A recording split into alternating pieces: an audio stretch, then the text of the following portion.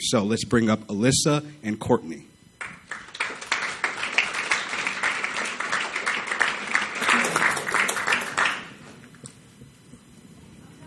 Hi, good afternoon. How is everyone? Are you all feeling engaged? Woo! All right. So Alyssa and I, who's walking down the runway, watch her. Sorry, I was getting mic'd, guys. All right, so Alyssa and I are basically here to put you on the path to omnichannel success. I feel like I'm echoing. Do y'all hear it? It's okay? All right. Perfect. So we are part of the customer success team here at Milestone. And basically what we do is we engage you, but we engage you with omni-channel strategies. So today we put together a few case studies for you, basically the case studies to get you thinking a little bit and get you in the mind frame of how you can leverage your digital partners and your digital marketing teams to find solutions for you for your problems. So first up, we are going to take a journey to Horseshoe Bay Resort down outside of Austin, Texas, and we're going to find a solution for them for one of the problems that they brought to us. And then Alyssa, I'll pass it over to her, and then she'll also present a few case studies.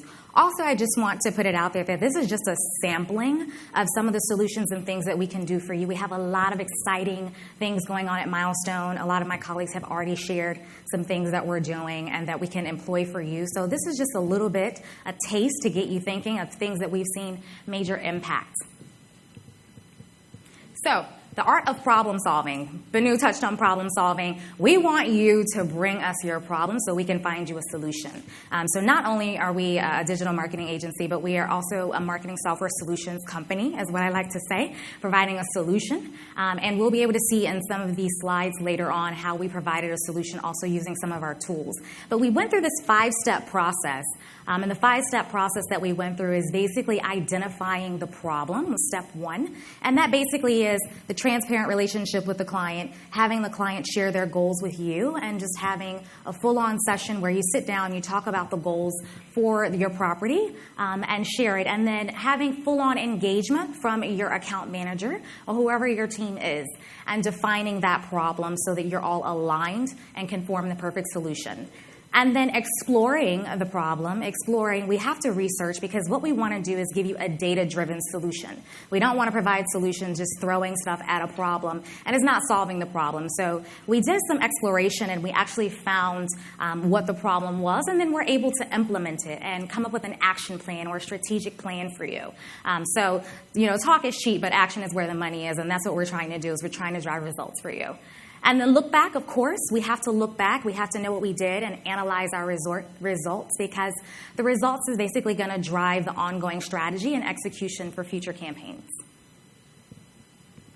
So, a couple examples of those stated problems for the hotel, or not necessarily problems, but areas of opportunity.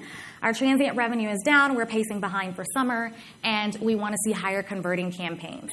So, our team got busy. We went, we looked, we defined, transactions were indeed down, conversion rate was down, booking engine entrance rate was down. All of this plays a part in the revenue, which is basically the bottom line, driving revenue. So, of course, if people aren't entering the booking engine, then they're not buying, and they're not converting if they're not buying. So that contributed to the decrease in revenue. So we explored by using one of our tools that we have, and I don't know if you all have heard, but we use it as one of our Q2 strategies here at Milestone. It's called Conversion Rate Optimization Tool. So that's what the CRO stands for. And conversion rate optimization is basically where we use technology to find out why is conversion rate down, why aren't people interacting, engaging, and going into the booking environment. And so we found that there are multiple call to actions above the fold. This can, of course, confuse the user. They don't know where to click, so they don't click at all. They are only scrolling a partial way down the page, which, of course, means that they're not finding all of the relevant content that they may need in order to make that decision for the purchase. And then also we found, by using one of our insights tools, we found that also there were broken pages, which is awful for SEO, as you probably all know. And then we also found that page speed was very slow. So if page speed is slow, people aren't interested, they're not even going to stay on the site, they're not going to allow it to necessarily fully load, and then they're not converting. So we also explored digital media because it's a very robust digital media program that this property has. And so we were using multiple channels basically to deploy messaging and to drive strategy and revenue for this property. Adara Facebook and also Facebook ads. We were using both of these channels to drive conversions. We were running conversion campaigns. And for Adara Facebook, we were using Adara's travel data. So using third-party data here to basically target an audience and get them to convert. For Facebook ads, we were using first-party data. We were building lookalike audiences here, and then also some of our own geo-targeting. For Google AdWords, we were optimizing campaigns, but we found that the campaigns were limited by budget, so an area of opportunity there. So action and look back. So after we basically saw all of these things, we explored, we put a plan in place, and then we presented the plan. And this is Q2, just specifically focusing on Q2 for the most relevant data. So in Q2, we basically, April, removed site abandonment pop-up and special offers feature box because we found that this was invasive to the user. It was hitting them when they first got to the site. They were having to click off of it, and it basically was a turnoff.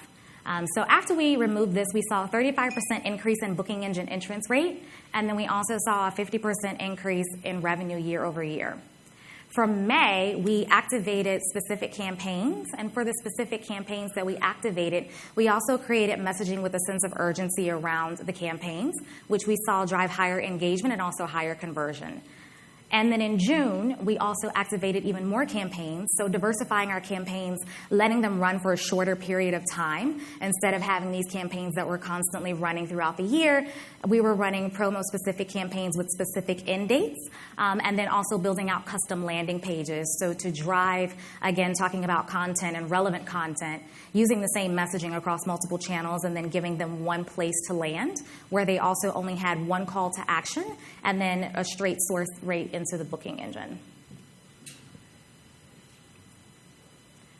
For digital media campaigns, we stopped running Adara Facebook and we just focused on Facebook. And we started new targeted branded campaigns just based on the feeder markets. So again, data-driven solutions. We went in Google Analytics, found the top 5 metropolitan areas where they were performing the highest and seeing the highest conversion rates, the highest revenue. And we were able to basically target off of that. And then also, again, working with the property team and working with your marketing departments to also get past guest database lists. That's something that's super important as well, is to make sure that you're targeting people who stayed last year around the same time and who also stayed specifically during the same event. So maybe they don't know that you're running the same thing this year in terms of the events and the programming, but you want to be consistent and just make sure you're not leaving anything on the table.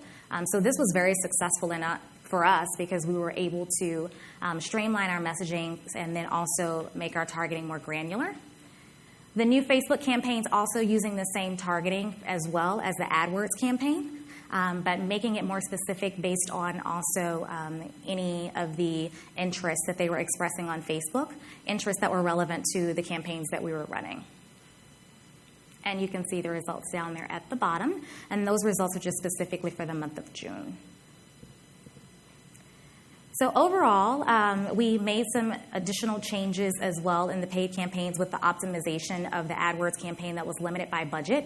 And you can see the results here. This is just broken down by channel. You can see organic, paid, direct, and referral. We saw a 45% increase year over year in revenue, and then also a 15% increase year over year in transactions. Again, broken down by channel, you can see the brand.com averaged 81% of consumed revenue. And then also just looking at the ratio here for book direct, we want to drive book direct. I know you all probably know about OTA shares and shifting shares away from OTA. So the goal is always to drive book direct. And that's the channel that we're trying to target as well and continuing to shift share. SEO enhancements, fixing the broken pages, and then also optimizing the Google Knowledge Graph, we saw a 22% increase in actions. That's 22% year over year. And then also organic revenue went up an average of 32% year over year for May and June, just by fixing the broken pages and then also optimizing the website for site speed increase. And an ounce of prevention is worth a pound of cure. So the overall message is we want to be proactive. We want to continue to monitor and to be ahead of the game, which is why we have your path to omnichannel success. So we want to continue to repeat this basically as a cycle ongoing, to share your goals and share your goals ahead of time so that we aren't rushing to plan campaigns and be reactive, but we can be proactive. If you know you're going to have something going on at the resort or at your property for Q1, let us know in Q3 or Q4 so we can plan. Working on editorial calendars and programming calendars just helps keep us abreast and helps keep all of our teams aligned so that we're all operating in the same vein toward the same result. Total engagement, it's good for your account manager to be on the exact same page that you're on because, of course, the account manager is the one that's communicating with all of our centers of excellence and our internal teams as well to make sure that we're all working very hard for this client to get the results that they want and to help them meet their goals. And audit and explore. We want to continue, of course, to make sure that we're researching and making sure that we're driving data-driven solutions. So looking at the data and using that data to drive how we build our campaigns and also our strategic plans for going forward. And then, of course, an action plan, putting a plan in place, presenting it to the client, and being able to use that action plan going forward.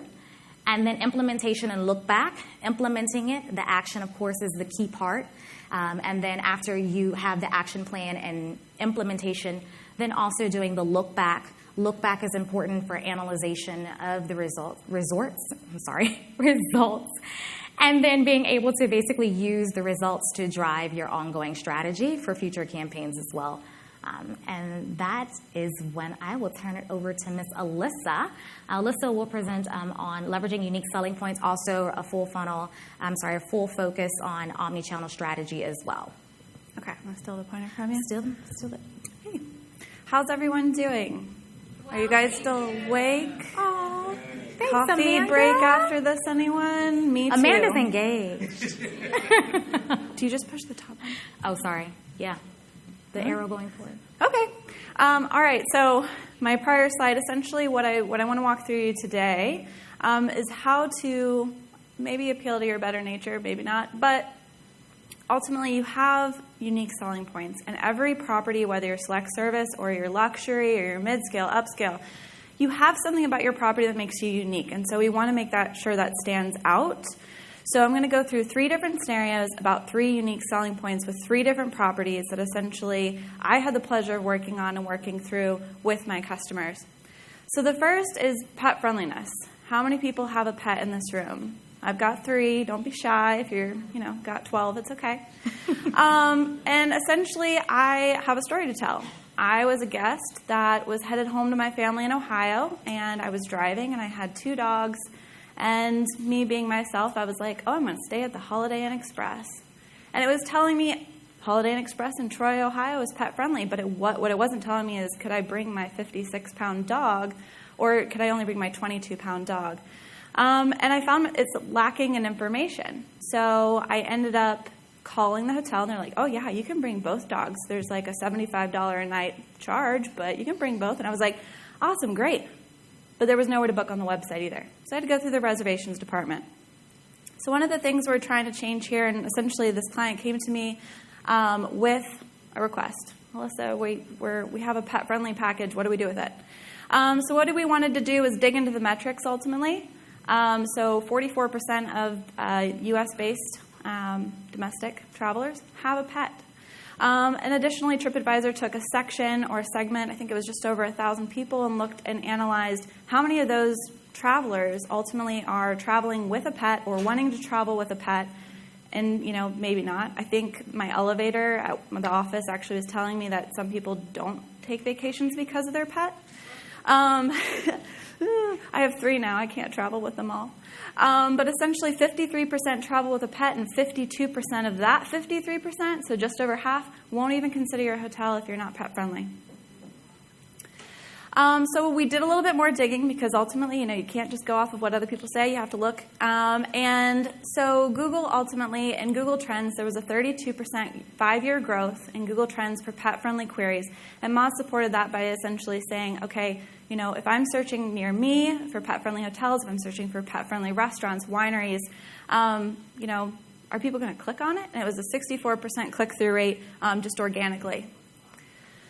So with the package, Tarrytown House Estate in upstate New York essentially came and was like, we have a package with BarkBox. And I have BarkBox delivered every single month for my dogs. And we built out this page, incorporated the general manager's puppy Milo into the page. He's the little guy in a little suit there at the bottom. And ultimately, we ended up seeing this page convert to the booking engine at a 22%. So that's kind of high for a package, but if you think about it, if you're giving the people what they want, it's going to convert. But where do we go from there? Well, we can't stop at just the package. So we ended up looking and expanding the explore or things to do. I know that's quite common. A term is like explore, things to do near me, those types of things. What can I do on the weekend? What can I do with my pet? I'm here. I want to go out. What do I do? So we found restaurants, wineries, parks, trails that essentially were in the area within, I think, 15 miles of the property that ultimately would allow for people to know what to do with their pet.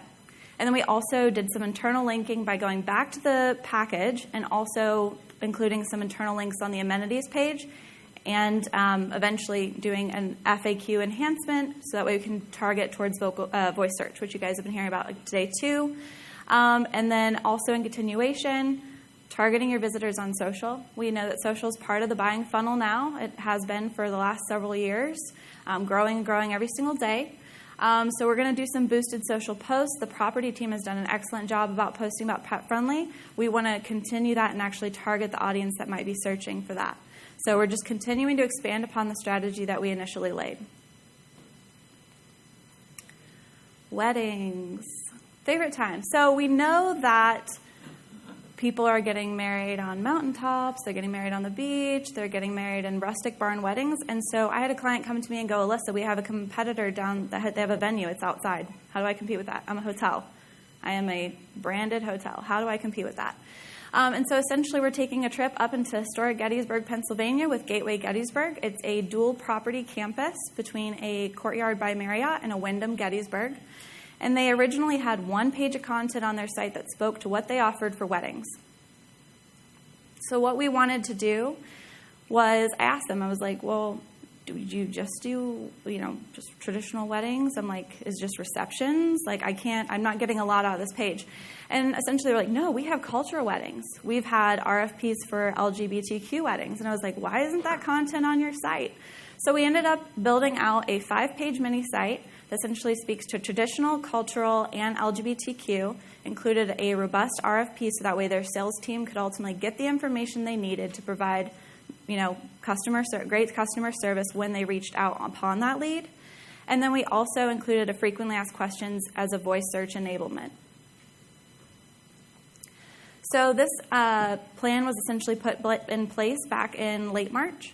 And so far, we've seen a 33% in off-season RFPs, so we know that wedding season typically is end of Q4 and early Q1. People are getting engaged around Christmas time. And then you also have the end of season, which is kind of like Valentine's Day, where you still might get some summer bookings. You might want to think about doing an actual, let me fill the last couple weekends I have of the year sale.